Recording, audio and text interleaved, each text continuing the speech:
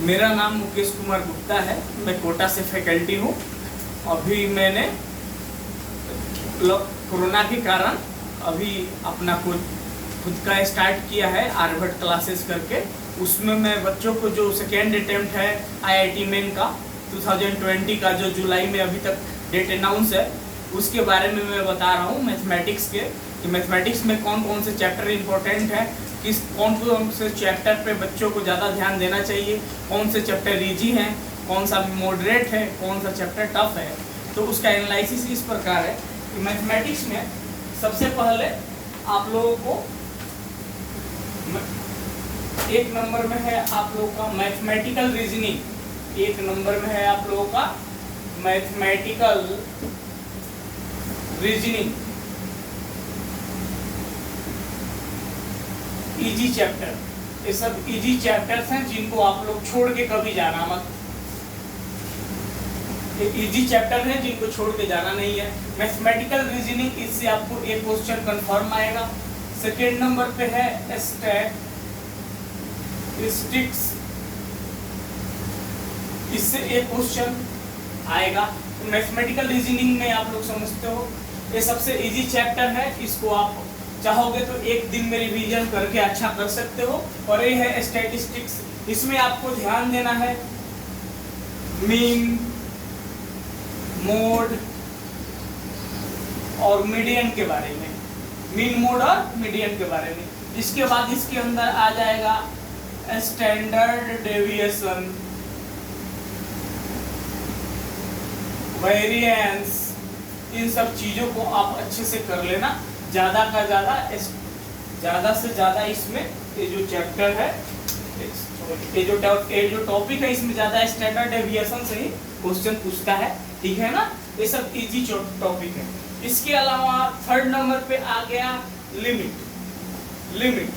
Limit में आपको ध्यान देना पड़ेगा कि लिमिट में आपको 0/0, infinity by infinity, 1 to the power infinity और जो भी इनडिटरमिनेट फॉर्म है उन पे ज्यादा ध्यान देना पड़ेगा आपको। जैसे 0/0, इन्फिनिटी बाई इन्फिनिटी 2018 में क्वेश्चन आया था। जब उसमें हम लिमिट पुट करके देखते हैं, आपको पता है कि हम लिमिट पुट करके पता करते हैं कि यूनिफॉर्म है कि नहीं है, तो उसमें क्वेश्चन को 3 बार डिफरेंशिएट करना पड़ा था। इसमें क्या लगता है 0/0 और इन्फिनिटी बाई इन्फिनिटी में क्या लगता है, एल हॉस्पिटल रूल लगता है। कौन सा लगता है, इसको लॉपिटल रूल भी बोलते हैं।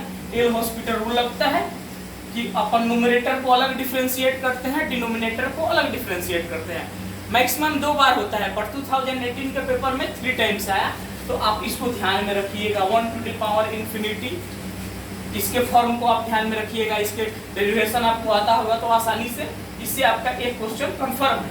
ये सब इजी टॉपिक है।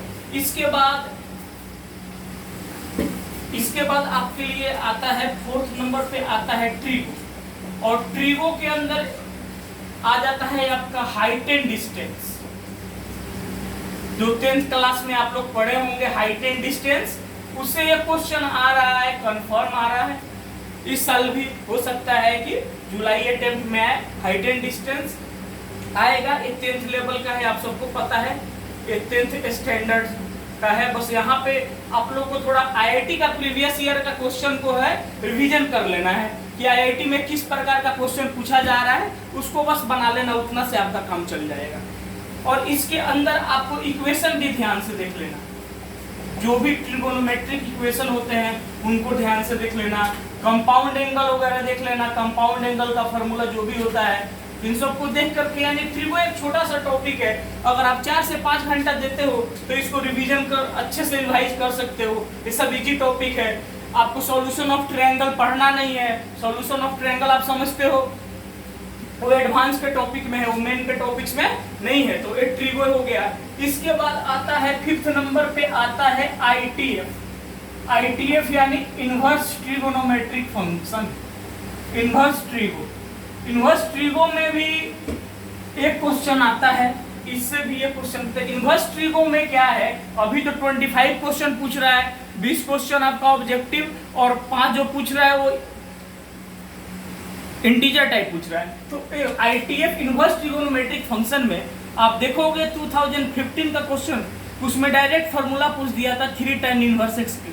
का डायरेक्ट फार्मूला ही पूछ दिया था। तो इसमें जो भी स्टैंडर्ड फार्मूला है उसको आप देख लेना, उसी से आएगा क्वेश्चन, और ज्यादा टफ क्वेश्चन आता नहीं है। सिर्फ अगर आपको स्टैंडर्ड फार्मूला याद है तो आप लोग अच्छा कर सकते हो, इसके क्वेश्चन को आप कर सकते हो। इसके बाद इजी टॉपिक है, सब मैं आपको इजी टॉपिक बता रहा हूँ जिनको आप बहुत आसानी से कर सकते हो, ठीक है। मैथमेटिकल रीजनिंग हो गया, स्टैटिक्स हो गया, मीन मोड लिमिट हो गया, ट्रिगो हो गया, इसमें एल हॉस्पिटल रूल हो गया, इसमें इनवर्स ट्रिगोनोमेट्रिक फंक्शन हो गया। इसके बाद आते हैं हम लोग अलजेब्रा के अंदर। इसके बाद 6 नंबर पे आपको ध्यान देना पड़ेगा quadratic equation. Quadratic equation, quadratic equation में क्या है वो मैं आपको बता देता हूँ। क्वाड्रेटिक इक्वेशन में सिर्फ आपको वही पूछता है X square plus B X plus C equal to 0, sum of the roots, product of roots, coefficient और रूट्स में रिलेशन ही पूछेगा। ज्यादा से ज्यादा करेगा तो ax क्यूबिक इक्वेशन पूछ सकता है आपसे, ax cube plus bx square plus cx plus d, ज्यादा से ज्यादा ये पूछेगा। या इसमें पूछता है, क्या पूछता है क्वाड्रेटिक इक्वेशन में, condition for one root is common and condition for two roots are common. Condition for one root is common and condition for two root is common. तो ये तो स्टैंडर्ड है, आप इसको याद रखना। क्वाड्रेटिक में इससे ज्यादा पूछता नहीं है, और ज्यादा से ज्यादा क्वाड्रेटिक बनने का एक और नियम है, बहुत सिंपल क्वेश्चन पूछेगा मेन में, एडवांस नहीं है कि इसमें आपको ग्राफ पूछेगा। लेकिन अगर आप पढ़े होगे तो भी आपको पता होगा वाई स्क्वायर इक्वल टू एक क्या है, वाई पैराबोला का इक्वेशन है, Y square equal to 4x जो होता है वो ऐसे होता है। और इसमें क्या होता है, इसमें जो भी होता है वो एक्स स्क्वायर के, इसमें जो भी होता है इस क्वाड्रेटिक इक्वेशन में, वो ये काम नहीं कर रहा है। जो भी होता है इसमें मैं आपको बता रहा हूँ, ए एक्स स्क्वायर कौन मार्कर पैरामीटर लगाएगा?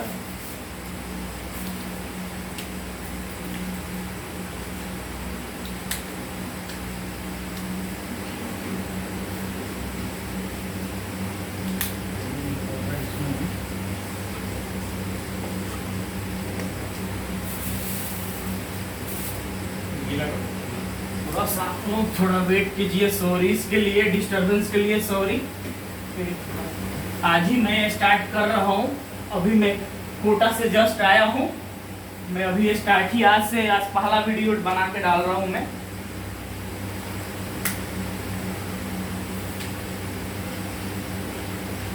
ax square plus bx plus c equal to 0, ये आपका क्वाड्रेटिक, इस सब का ग्राफ आपको पता है। अपवर्ड पैराबोला होता है, डाउनवर्ड पैराबोला होता है, d ग्रेटर देन 0 में 2 आता है, d इक्वल टू 0 में 2 आता है, d लेस देन 0 में 2 आता है। ये आपको ध्यान रखना चाहिए, ठीक है ना। और इसमें एक टॉपिक और होता है, इसमें सूडो क्वाड्रेटिक इक्वेशन, वो मेन में आता नहीं है, वो एडवांस का टॉपिक है, इसलिए आप लोग इसमें इजी तरीके से पढ़ के चले जाना, ठीक है। इसके बाद मैं आपको बता रहा हूँ 7th नंबर पे है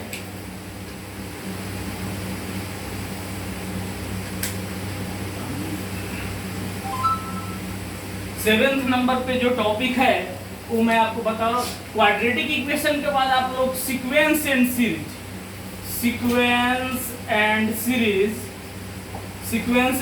को करके जाना। इससे 1 से 2 क्वेश्चन आता है। इस क्वेश्चन का इम्पोर्टेंस बहुत ज्यादा है, क्योंकि इसको यूज करके बाकी सब चैप्टर में क्वेश्चन पूछ देता है। इसलिए सीक्वेंस सीरीज आपको अच्छे से पता होना चाहिए। इसके अंदर भी मिसलेनियस, इसके अंदर भी क्या पता होना चाहिए आपको, मिसलेनियस पता होना चाहिए। जैसे हम तो जानते हैं एपी, जीपी, एचपी जानते हैं, एजीपी जानते हैं, लेकिन मिसलेनियस आपको ध्यान देना पड़ेगा। मिसलेनियस एजीपी और मिसलेनियस आपको ध्यान देना पड़ेगा, एजीपी और मिसलेनियस में।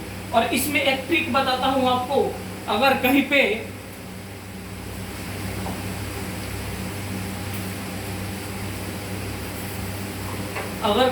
ऐसा दिया हो सीक्वेंस एंड सीरीज में, अगर एपी के अंदर है, अगर एपी के अंदर टर्म दिए हैं तो आप 1 2 3 पुट करके क्वेश्चन को बना सकते हैं। अगर 3 टर्म से ज्यादा है तो आप 1 2 3 4 5 करके बना सकते हैं। अगर जीपी में कुछ वेरिएबल दिया है तो आप 2, 4, 8 करके 3 टर्म दिया है तो ए, अगर 4 टर्म दिया है तो 16 करके बना सकते हैं। आपको पता है कि एचपी का सारा क्वेश्चन किससे बनता है, एपी से बनता है। जीपी के सारे टर्म को उलट देंगे तो क्या हो जाएगा, सॉरी, एचपी के सारे टर्म को उलट देंगे तो एपी बन जाएगा। तो हम एचपी के हर क्वेश्चन को किससे बनाते हैं, एपी से बनाते हैं। एपी में कन्वर्ट करेंगे, उसके बाद जो भी मांगेगा उसको पलट देंगे तो क्या हो जाएगा, 1 बाई रिवर्स कर देंगे तो एपी में आ जाएगा। एक क्वेश्चन रीड है, इसका यूज आपको हर जगह पूछ देगा, हर जगह इसका यूज होता है। मैथमेटिक्स में आप देखोगे कि 11, 12 में हर जगह लगभग मैक्सिमम जगह इसका यूज हो जाता है। जब भी क्वेश्चन टफ बनाना रहेगा दे देगा, एपी में, इंटीग्रेशन में कहीं कहीं भी दे देगा कि ये एपी में है, 3 टर्म्स एपी में दिए हुए हैं, या इंटीग्रेशन के अंदर ही I1, I2, I3 एपी में है, तो आपको इस पे ध्यान देना पड़ेगा। ये 7th टॉपिक हो गया। इसके बाद मैं आपको बताता हूँ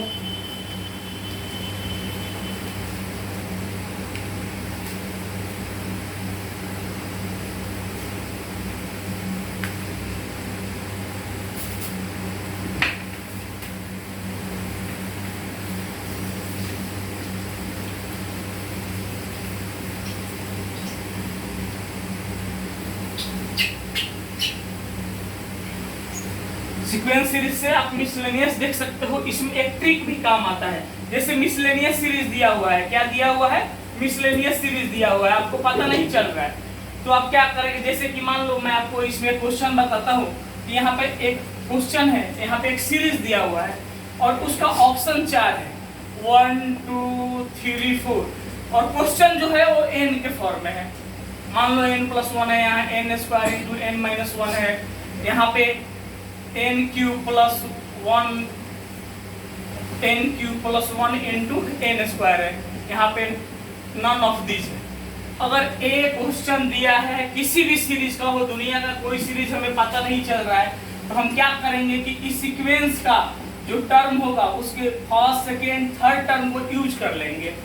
क्या करेंगे, फर्स्ट, सेकेंड और थर्ड टर्म को ऐड कर लेंगे। उसका जो आंसर, मान लो कि इसका आंसर आ गया 129 और ये चारों ऑप्शन में n = 3 डालकर देखेंगे कि कौन सा ऑप्शन 129 के बराबर आ रहा है, उसको हम टिक कर देंगे।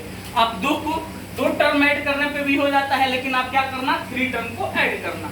या पूरा मैथमेटिक्स के अंदर जहां कहीं भी वेरिएबल दिया रहता है, चाहे ट्रिगो हो या कोई भी चैप्टर हो, वहां पे ज्यादा पुटिंग करके ही हम ऑप्शन एलिमिनेट करके रिवर्स इंजीनियरिंग लगा करके हम बना सकते हैं। अच्छा, एक और बात बताता हूँ, ये तो चैप्टर के बाद मैं आपको ट्रिक्स बताऊंगा, क्वेश्चन को कैसे अटेम्प्ट करना है एग्जाम के अंदर, वो चीज बताऊंगा। ये तो आपने समझ लिया, कोई भी सीरीज दिया है तो क्या करेंगे।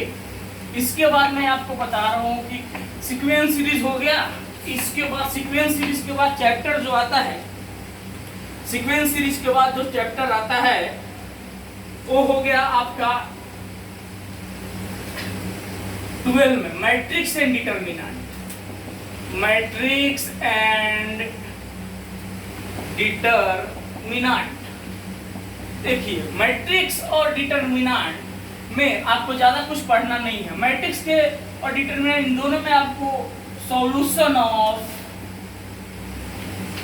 System of linear equation, solution of system of linear equation, इसमें आपका आता है ट्रिवियल।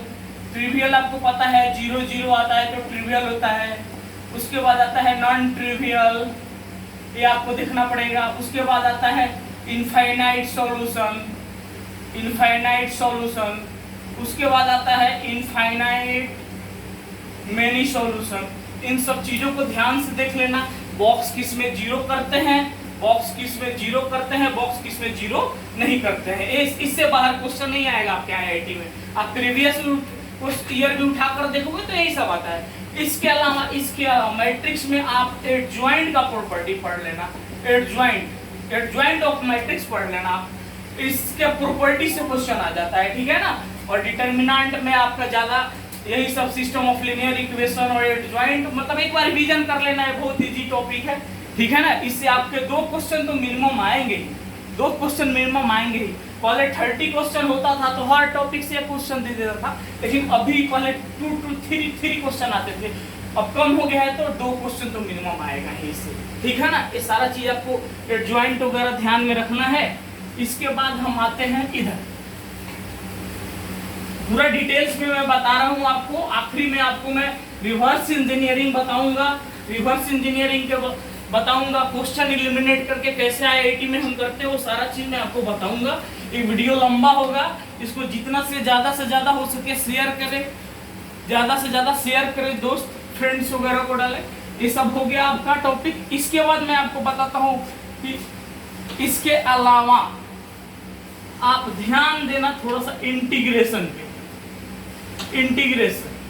इंटीग्रेशन में आपको पता है कि इंडिफिनिट होता है और डिफिनिट होता है, तो याद रखिए इंडिफिनिट के जो भी स्टैंडर्ड फॉर्म है वो देख लेना, और डिफिनिट के अंदर 2 प्रॉपर्टी जो होता है a to b fx dx equal to a to b f a plus b minus x, इसको हम लोग बोलते हैं किंग्स रूल। इसको बोलते हैं क्या? Kings rule.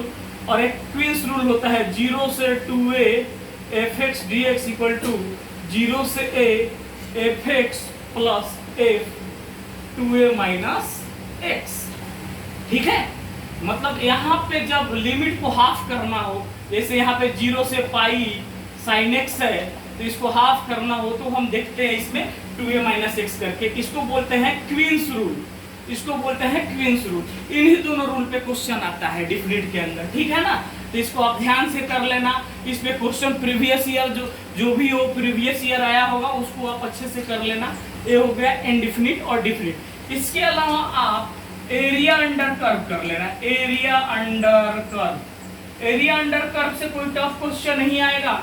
आपको समझ में नहीं आए तो कुछ नहीं करते हैं, इसमें 2 ग्राफ दिया रहता है, fx माइनस gx करते हैं, लिमिट चेंज करना पड़ता है। इसका आप जो भी प्रीवियस ईयर से बुक होगा या जो इंस्टीट्यूट का मटेरियल होगा उससे आप 10-15 क्वेश्चन प्रैक्टिस कर लेना, ज्यादा कुछ मैं करने के लिए नहीं बोल रहा हूँ। इसके अलावा नेक्स्ट पे है डिफरेंशियल इक्वेशन।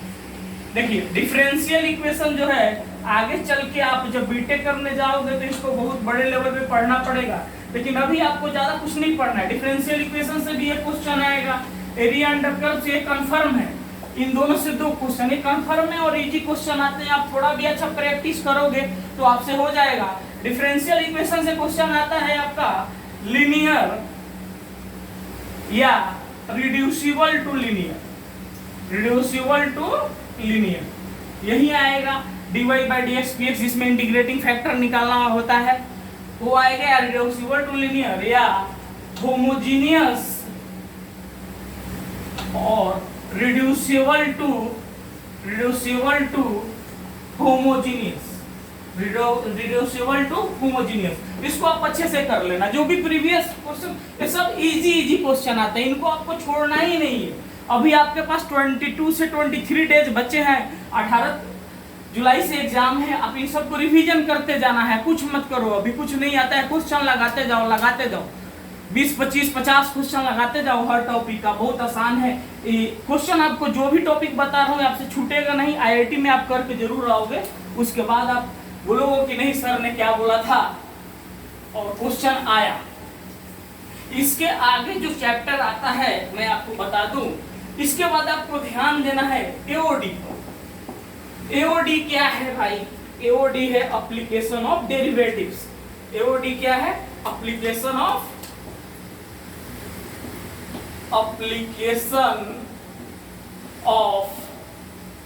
डेरिवेटिव्स। इसके अंदर आपको क्या पढ़ना है? इसमें आपको टेंजेंट नॉर्मल पढ़ना है। Tangent and normal. Tangent normal आपको याद है, स्ट्रेट लाइन में आप पढ़े होंगे y minus y1 equal to m into x minus x1। तो यहाँ पे एक पॉइंट दे दिया, मान लो 1 2, तो 1 2 तो पॉइंट दे दिया, ये x1 हो गया और ये क्या हो गया? y1 हो गया। और m जो होता है आप जानते हो dy by dx को हम m कहते हैं। तो उस पॉइंट पे उस ग्राफ को डिफरेंशिएट करते हैं, उसमें 1 और 2 पुट करते हैं, ये आ जाता है टेंजेंट का। और जब टेंजेंट का पता है तो नॉर्मल का क्या होगा? y minus y1 equal to minus 1 by m x minus x1। जो आप स्ट्रेट लाइन में पढ़े हो वही टेंजेंट एंड नॉर्मल है जो आपके एओडी में आता है, ठीक है। इसके बाद आप इसमें पढ़ लेना सब नॉर्मल, सब टेंजेंट, ठीक है। और पढ़ लेना ऑर्थोगोनल कर्व,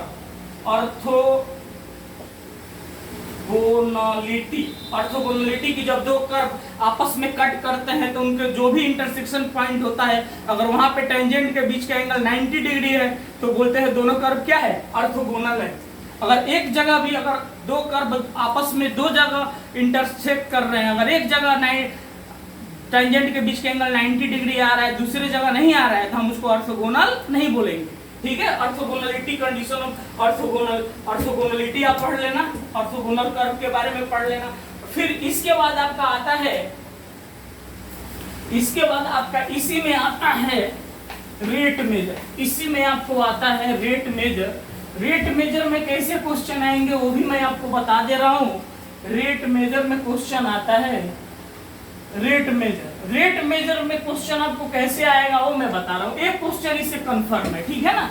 और एओडी से टोटल 2 to 3 क्वेश्चन पूछता है, मिनिमम इतना पूछेगा क्योंकि आपका 25 कर दिया है। कभी कभी 4 क्वेश्चन पूछता है, ठीक है ना।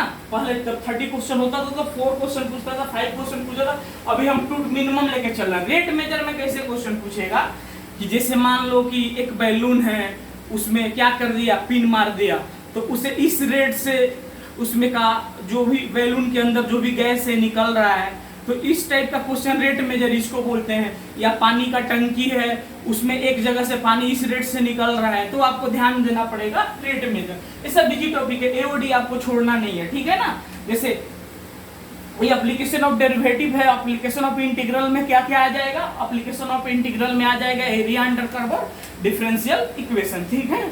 इसके बाद हम आते हैं, एक और आसान टॉपिक है कॉम्प्लेक्स नंबर।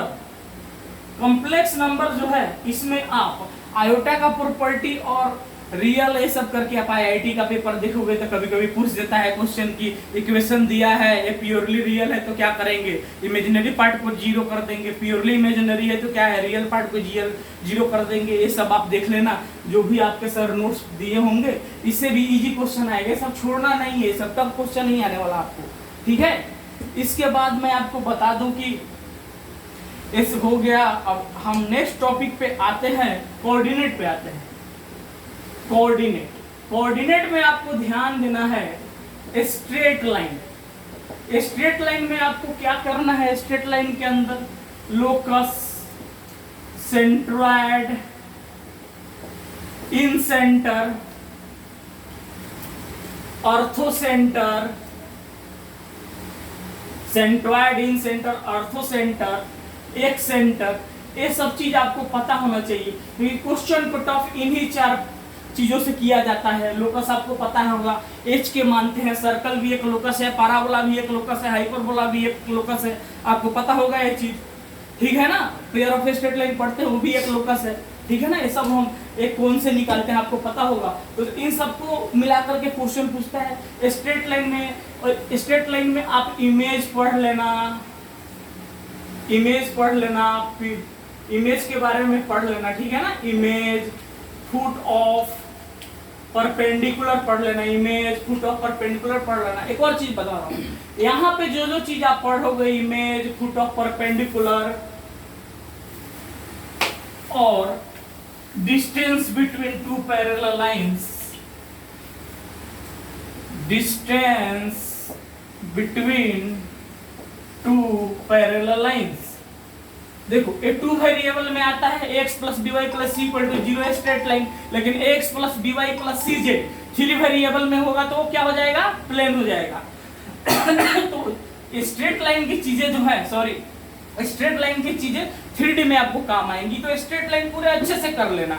इससे मिनिमम एक क्वेश्चन तो पूछेगा, कभी कभी 2 क्वेश्चन पूछता है, एक लोकस से पूछ देगा, इन सबको मिला करके। और इसमें बता रहे हैं, इसमें आप रोटेशन पढ़ लेना, किसी स्ट्रेट लाइन को रोटेट कर दिया या ट्रांसलेट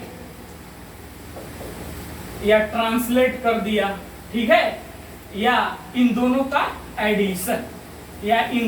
एडिशन भी पूछता है कि स्ट्रेट लाइन को क्या किया, पहले रोटेट किया और शिफ्ट भी कर दिया, इसको बोलते हैं शिफ्टिंग। ट्रांसलेशनल को हम क्या बोलते हैं, शिफ्टिंग भी बोलते हैं हम, ठीक है। ये शिफ्टिंग आप अच्छे से कर लेना, ठीक है। ये हो गया। इसके बाद हम आते हैं इसके नेक्स्ट स्टेप पर। आपको छोड़ना कुछ भी नहीं है, सब इजी चीज है, सारा टॉपिक में डिस्क्राइब कर दे रहा हूँ। बस आपको देखते जाना है, आपको बहुत टाइम मिला है, अप्रैल में होने वाला पेपर जुलाई में हो रहा है, आपको बहुत टाइम मिला है। इसके बाद आप सर्कल पढ़ लेना, सर्कल में कॉमन टेंजेंट का कंडीशन जरूर पढ़ लेना, कॉमन टेंजेंट का कंडीशन जरूर पढ़ लेना। चार, किसी में 4 होता है, 2 ट्रांसवर्स, 2 डायरेक्ट होता है, उसका पूरा 4-5 कंडीशन आता है, उसको आप पढ़ के जाना। और इसमें जो जो इक्वेशन होता है, जैसे पेयर ऑफ टेंजेंट S1 बराबर t² t बराबर S1, ये सब जो भी है, t बराबर 0, chord with mid point, tangent का इक्वेशन है, जो भी होता है ये सेम टू सेम चलता है पैराबोला, इलिप्स और हाइपरबोला में। तो ये आपको सर्कल करके जाना है। कोऑर्डिनेट देखो सबसे इजी होता है, आपको अगर सबसे इसका मेन चीज मायने रखता है कि क्वेश्चन को समझना, उसका डायग्राम ड्रॉ करना। अगर आप डायग्राम ड्रॉ करते हो तो आपसे 70% क्वेश्चन बन जाता है, 30% बस कैलकुलेशन रहता है, इसीलिए आप कोऑर्डिनेट को तो ध्यान देना। इसके बाद कोनिक, कोनिक में आपको आ जाता है पैराबोला, इलिप्स, हाइपरबोला। तो देखो पाराबोला का जो भी कंडीशन है आप देख लेना, ध्यान से पढ़ लेना उसको। और इलिप्स और हाइपरबोला के एक ट्रिक बताते हैं। जैसे इलिप्स में हमारा होता है, यहाँ पे बता रहा हूँ, x² + y² + b² = 1 होता है। और हाइपरबोला का क्या होता है, x² - y² - b² = 1। तो इसके रिजल्ट में जहां जहां b² आता है वहां पे क्या किया गया है, -b² से रिप्लेस करोगे तो बहुत सारा रिजल्ट जो इलिप्स का है वो हाइपरबोला का बन जाएगा। तो आपको ज्यादा मेहनत भी नहीं करना पड़ेगा। समझ में आ रहा है ना आपको? देखो यहाँ पे क्या सिर्फ माइनस का चेंज है, यहाँ पे क्या किया है, प्लस को यहाँ पे माइनस कर दिया, -b² टेंजेंट का इक्वेशन हो, ये सब चीज आप कर लेना, ठीक है। Parabola, ellipse, hyperbola. और हाइपरबोला में आप रेक्टेंगुलर हाइपरबोला पढ़ लेना, xy = c², ये पढ़ लेना। और इन सब के पैरामेट्रिक कोऑर्डिनेट आपको पता होना चाहिए कि क्या होता है। जैसे पैराबोला का t², 2at, सर्कल का a cos θ, a sin θ, इस टाइप से आपको इलिप्स, हाइपरबोला सबके पता होना चाहिए। और हाइपरबोला का कंजुगेट क्या होता है, इसी में अगर -1 कर दिया जाए तो उसका क्या हो जाता है, कंजुगेट हाइपरबोला हो जाता है। अगर a हाइपरबोला ऐसे है तो इसका कंजुगेट हाइपरबोला a वाला हो जाएगा, इसका कंजुगेट a वाला, इसका कंजुगेट a वाला हो जाता है, ठीक है ना। तो इससे आपको 4 क्वेश्चन या 5 क्वेश्चन आएगा। तो आपको ध्यान रखना पड़ेगा हर चीज को, कोऑर्डिनेट को तो छोड़ के आना ही नहीं है, ये सबसे आसान टॉपिक है कोऑर्डिनेट, ठीक है। इसके आगे मैं चलता हूँ, आपको जो थोड़ा सा लेंदी टॉपिक है या मीडियम बोल सकते हैं उसको, लेंदी तो उतना नहीं है, मीडियम है। मीडियम टॉपिक में हम आपको बता सकता हूँ कि मीडियम टॉपिक में आपको देखिए वेक्टर और 3D, वेक्टर एंड 3D। देखो वेक्टर के अंदर आप वेक्टर ट्रिपल प्रोडक्ट और स्केलर ट्रिपल प्रोडक्ट पढ़ लेना, ये 2 चीज पढ़ के जरूर जाना आप, ठीक है ना। ज्यादा टफ क्वेश्चन नहीं आएगा क्योंकि आपके पास ज्यादा टाइम नहीं है। अगर पूरा चैप्टर अच्छे से कर सकते हो, इसका टेट्राहेड्रॉन वगैरह कर सकते हो वेक्टर में तो पढ़ लेना। टेट्राहेड्रॉन, a क्रॉस b क्या होता है, पैरेललोग्राम का एरिया होता है। a क्रॉस b/2 क्या होता है, ट्रायंगल का एरिया होता है। ये सारी चीजें पढ़ लेना। और 3D को आप स्ट्रेट लाइन से रिलेट करके पढ़ लेना। और 3D के अंदर देखो एंगल आता है लाइन के बीच में और लाइन प्लेन के बीच में, इसको सारे स्टैंडर्ड रिजल्ट जो है उसको आप समझ लेना। इससे 2 क्वेश्चन आपको मिनिमम आएगा ही, ठीक है ना। ये सब थोड़ा कहने से लगता है टफ, लेकिन जब आप पढ़ोगे तो इसके क्वेश्चन बहुत आसानी से हो जाते हैं। और एक और बात बताना चाहता हूँ, कोऑर्डिनेट में अगर कोई पॉइंट पूछ रहा है तो आप ऑप्शन को सेटिस्फाई करके भी बना सकते हो। आप देखना बहुत सारा क्वेश्चन होता है मैथमेटिक्स के अंदर जिसमें हम ऑप्शन को डायरेक्ट सेटिस्फाई करा करके भी हम आंसर निकाल सकते हैं, ठीक है। क्या करेंगे, ऑप्शन को सेटिस्फाई करके, या इसकी एलिमिनेशन मेथड भी बोलते हैं। जैसे हमें कहीं मैं भूल रहा हूँ कॉन्सेप्ट, तो उसके अप्रॉक्स में क्या करेगा, ऑप्शन से डायरेक्ट रिवर्स इंजीनियरिंग लगाएगा कि कौन सा ऑप्शन हमको ज्यादा गलत लग रहा है। थोड़ा कैलकुलेशन करने के बाद जानोगे तभी ये हो पाएगा, ठीक है ना, एलिमिनेशन मेथड, ठीक है। ये हो गया। इसके बाद मैं आपको बताना चाहता हूँ कि ये हो जाएगा, उसके बाद आप कर लेना, ज्यादा टॉपिक मैं नहीं बता रहा। एक हो गया क्वाड्रेटिक, हो गया इंटीग्रल, कोऑर्डिनेट हो गया, एओडी हो गया, पीएनसी परमुटेशन एंड कॉम्बिनेशन आप पढ़ लेना। परमुटेशन कॉम्बिनेशन में आप कार्ड प्रॉब्लम पढ़ लेना कि ताश के पत्ते 52 होते हैं, उसमें 4 सूट्स होते हैं, 2 कलर का होता है, red colour, black colour. Red में होता है हार्ट और डायमंड, और ब्लैक में होता है स्पेड और क्लब। इसको जो ऐसे होता है, जो चार होता है, इसको हम सूट्स बोलते हैं। यहाँ पे डायमंड हो गया, हार्ट हो गया, स्पेड हो गया, क्लब हो गया, तो ये चार सूट्स हैं। और यहाँ पे क्या होता है, एक का होता है, दो गीत ऐसे करते करते 10 तक होता है। फिर क्या होता है, जैक होता है, क्वीन होता है और किंग होता है। ये कितने आते हैं, टोटल 13 होते हैं। इनको बोलते हैं 13 डिनोमिनेशन बोलते हैं। कितने बोलते हैं, इसको बोलते हैं पहला डिनोमिनेशन। एक का 4 होता है, दुग्गी भी 4 होती है, 13 डिनोमिनेशन हो गए। और मतलब हॉरिजॉन्टल को डिनोमिनेशन बोलते हैं और वर्टिकल को क्या बोलते हैं, सूट्स बोलते हैं। तो ये आपको पता होना चाहिए, ठीक है, क्योंकि इसका यूज प्रोबेबिलिटी में भी आता है। अगर परमुटेशन कॉम्बिनेशन आपका स्ट्रांग है तो आप प्रोबेबिलिटी को भी बहुत अच्छा से कर सकते हैं, ठीक है ना। और बाय परमुटेशन कॉम्बिनेशन का कुछ कॉन्सेप्ट जो होता है, जो एनसीआर है, एनपीआर है, इसका यूज आप बाइनोमियल थ्योरम में भी कर सकते हो, बाइनोमियल थ्योरम में भी कर सकते हो। तो मैं इसके आगे का मैं आपको बताएगा कि बाइनोमियल थ्योरम भी आप पढ़ के जा सकते हो, उससे भी ज्यादा टफ क्वेश्चन नहीं आता है उस बाइनोमियल थ्योरम में आप। हाँ, परमुटेशन कॉम्बिनेशन में एक चीज और बता रहा हूं, परमुटेशन कॉम्बिनेशन के अंदर, पीएनसी के अंदर आप मल्टीनोमियल थ्योरम जरूर पढ़ के चले जाना। मल्टीनोमियल थ्योरम ए बाइनोमियल का ही पार्ट एक तरीके से। मल्टीनोमियल थ्योरम से क्वेश्चन बहुत आसानी से बन जाता है। जैसे x + y + z = 10 है, तो इसका फॉर्मूला आपको इसका अर्थ क्या हुआ कि x, y और z, इसको मान लो 2 दिए, इसको 3 दिए, इसको 5 दिया, ठीक है ना। ये आपको समझ में आना चाहिए। बाइनोमियल भी पढ़ लेना अच्छे से, ठीक है ना। मतलब कि ज्यादा टफ क्वेश्चन आपको मेन में आने वाला नहीं है, वो सिर्फ आपका बेसिक चेक करेगा कि आपको बेसिक आता है कि नहीं। आपके पास जो भी टीचर का नोट्स हो, आप बेसिक कर लेना। आप रिवीजन, बस आपके रिवीजन का टाइम है 20 डेज। रिवीजन के लिए मैं बता रहा हूँ, ठीक है ना, ज्यादा टफ चीज पढ़ने के लिए बात नहीं बोल रहा हूँ मैं। और प्रोबेबिलिटी, अगर आपका ए स्ट्रॉन्ग है पीएनसी, तो आप प्रोबेबिलिटी को भी बहुत अच्छे से कर सकते हो, ठीक है ना। उसमें भी कार्ड से ही ज्यादा रिलेटेड प्रॉब्लम पूछेगा, रैंक वगैरह का क्वेश्चन पूछता है कि डिक्शनरी में रैंक क्या है, या कभी कभी दे देगा कि इतने पे है तो इतने नंबर पे कौन सा वर्ड होगा। ये सब चीज आपको ध्यान में रखना पड़ेगा, ठीक है। ठीक हो गया, बाइनोमियल थ्योरम हो गया, इसका एप्लीकेशन हो गया, ठीक है। और बच जाता है, ज्यादा कुछ नहीं बचता है, कंटिन्यूटी डिफरेंशियबिलिटी बचता है। तो आपको पता है LHL बराबर RHL बराबर वैल्यू ऑफ द फंक्शन, तो कंटिन्यूअस होता है। कंटिन्यूअस कि एक बार बिना कलम उठाए जिसका ग्राफ ड्रॉ करते हो कंटिन्यूअस है। और LHD बराबर RHD, यानी लेफ्ट हैंड का dy/dx। लाइट कट गया।